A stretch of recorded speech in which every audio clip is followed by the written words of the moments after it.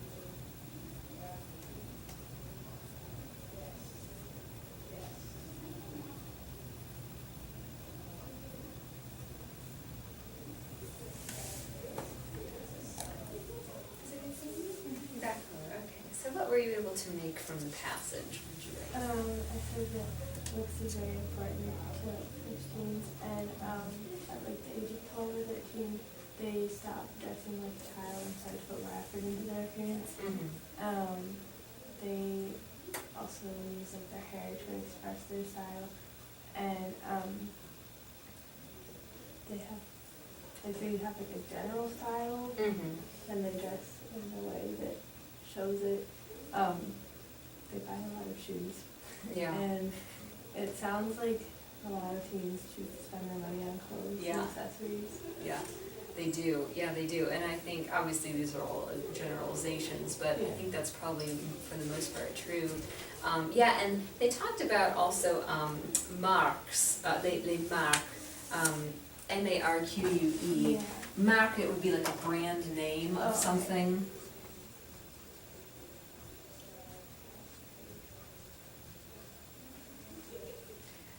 Yeah, and brands are really big over there. I mean, they're big here too, but they're big with everybody over in France just because fashion is such a big deal. It's such a huge industry, so they have all of the, all of the, like they've got the Lacoste and they have Christian Dior, Louis Vuitton, and all of those. And they also have a lot of the same brands that we have here. Nike has carried it over into France and some of those other different ones. Good. So, let's see here. So, for our style here, do you think that for the most part, do you see the same trend in like teenagers being into clothing and style and hair and makeup? Maybe not quite as much because I mean, I'm sure people don't always go around dressed nicely. Right. Dress nicely. Mhm. But I feel like here it's a bit more relaxed, but it's Mhm. still a big deal. Yeah. Yeah, from what I've just observed from having traveled over there, it seems like our style here is a little bit more on the sporty side, preppy side, and a little bit more on the casual side. So people will tend to dress up more to like go out shopping than we would here, or to just to like go out and walk around town. They'll kind of put on their best stuff, especially in big cities like Paris, and in smaller towns and in rural areas they don't as much, but it's probably kind of follows suit for like here as well. It says in the green box down at the bottom of page 34, et vous, here it's asking kind of about your opinion. It says, d'après vous, according to you, quelles sont les trois choses les plus importantes pour le look d'un garçon et le look d'une fille? So we'll go with the pour une fille since we're both girls here. So it's got some different items, and so they want to know, for you personally, what are the three most important things for you with your own style or your own confidence or overall appearance. So we've got avoir beaucoup de vêtements différents, avoir des vêtements qui vous vont bien, which means to have clothes that fit you well, that go on you well. Avoir une coiffure originale. And what is une coiffure? Your hairstyle, right? Porter des accessoires exotiques. Porter des couleurs vives, vibrant colors or bright colors. Être naturel. Avoir l'air décontracté, which means to look relaxed. And se sentir bien physiquement, to feel well physically. What's maybe the most important thing for you out of all of these? Oui, se sentir bien physiquement. Et bien sûr, c'est parce que vous êtes danseuse. Oui, tu es danseuse. Oui, et les choses confortables. Oui, moi aussi. Par exemple, je déteste les talons hauts, high heels, les talons hauts. Si je vais à un mariage ou une fête qui est très très habillée, une soirée ou quelque chose, je les portais, mais les autres fois, à l'école, je ne porte pas, je porte seulement les flats, comme ça, parce que je suis levée beaucoup et c'est inconfortable pour moi. Mais j'aime regarder les talons hauts. I like how they look, but ils sont très très inconfortables. Bien. Let's see here.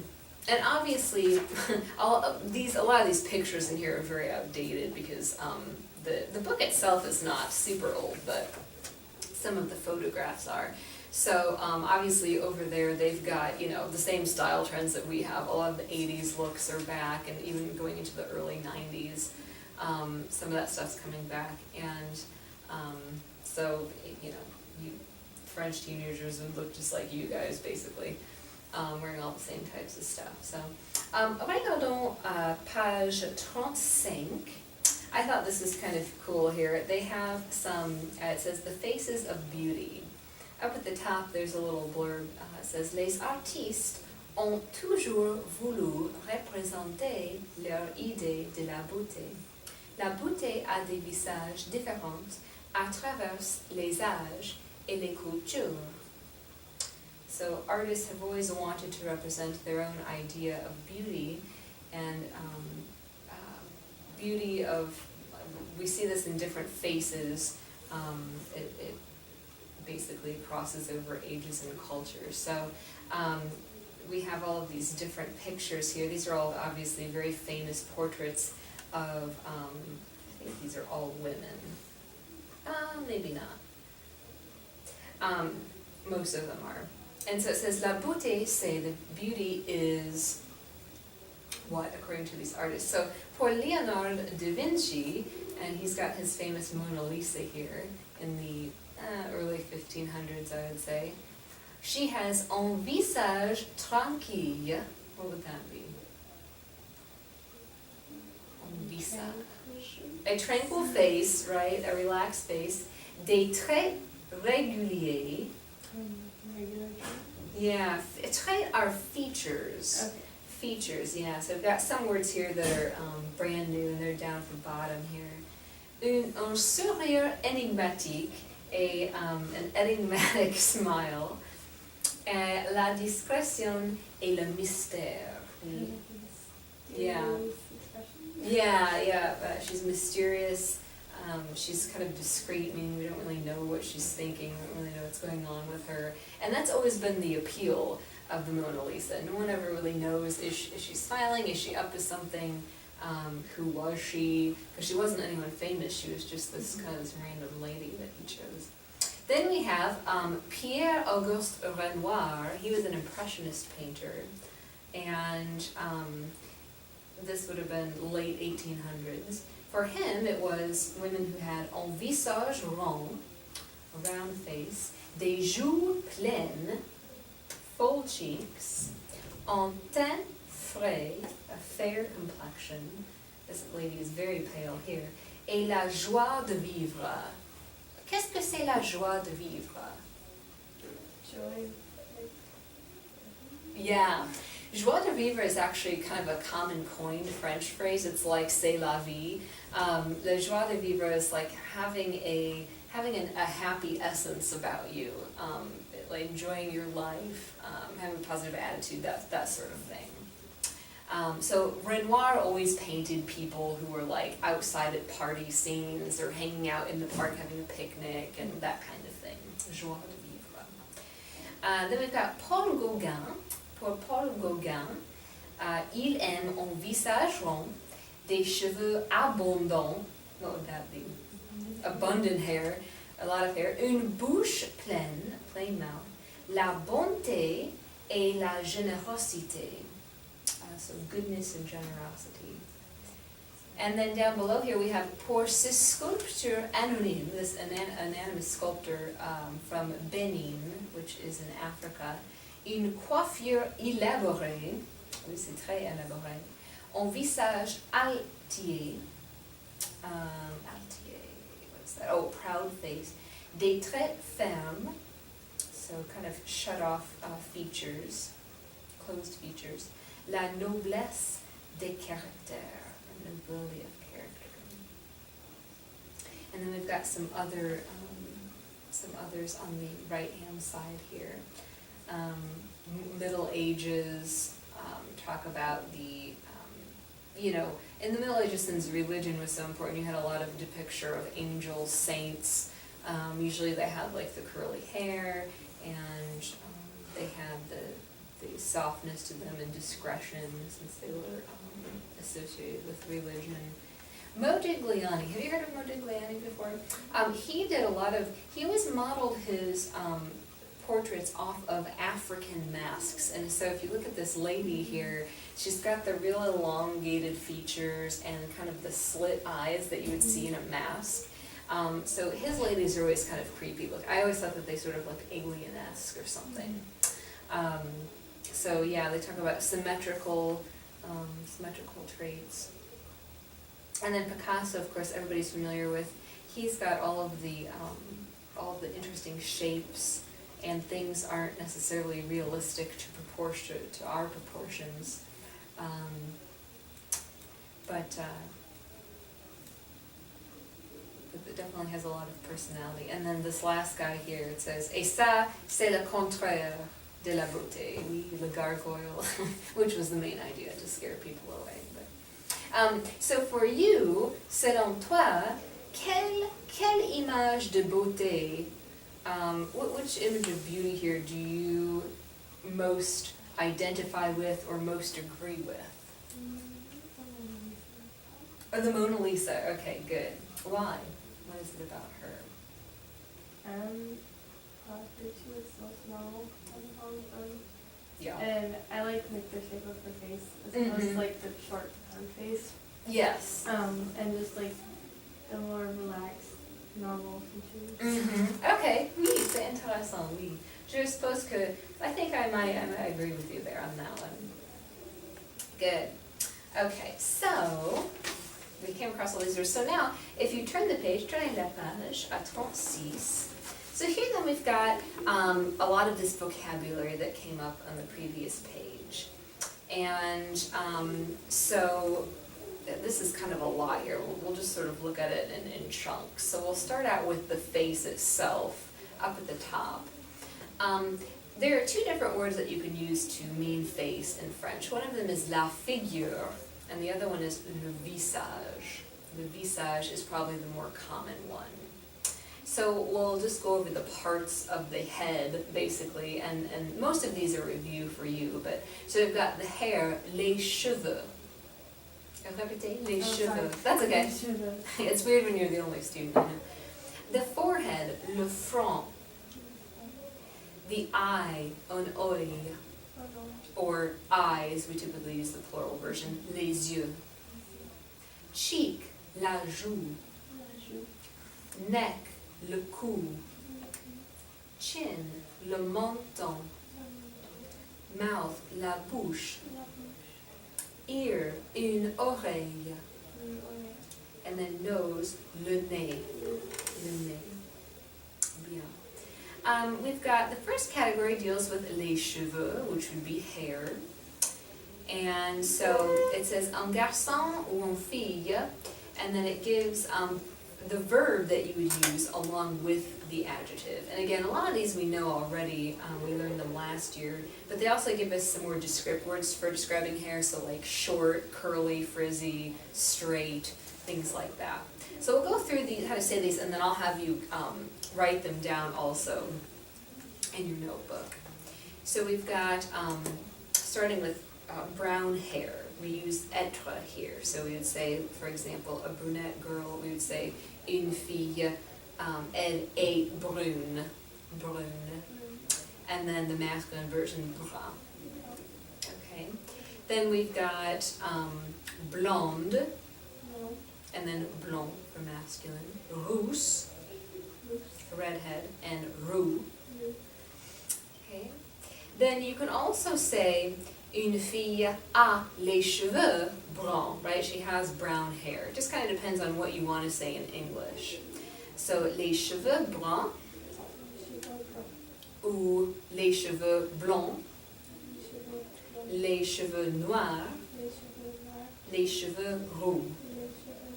Okay, then we've got some other colors here. Châtain is like chestnut hair, kind of in between a brown and red. Châtain clair would be like gold hair. And then châtain foncé, brown. Okay, like a light brown basically. Okay, then you can also have cheveux longs, long hair. Straight hair, cheveux lisses. Short hair, cheveux courts. Curly or frizzy, cheveux frisés. And then curly. Frisé is frizzy, bouclé is more like curly. So cheveux bouclés. Cheveux bouclés. Donc moi, je suis brune et j'ai les cheveux lisses et longs et pas bouclés, pas du tout. Et pour toi, quelle sorte de cheveux est-ce que tu as?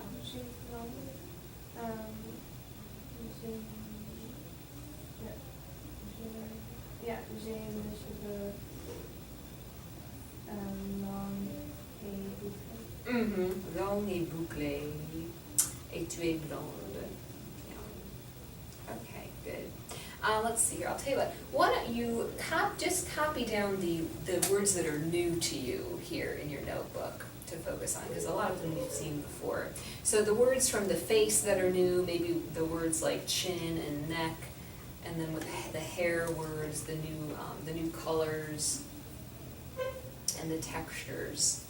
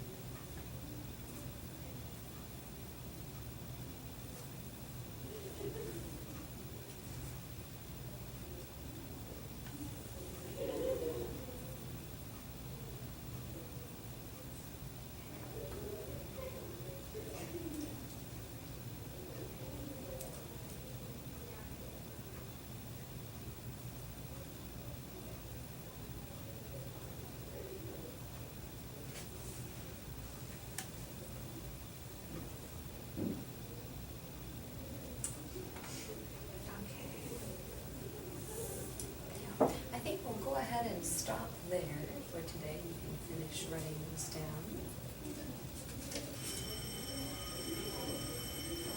Okay.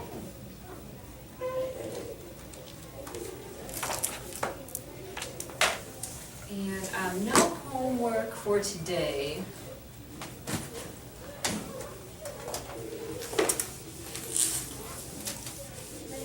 We? Oh, wow. And then you don't have Spanish class today because Holly's not here right now. Right. Mm-hmm. So I picked this. Put it right there. Great, thank you.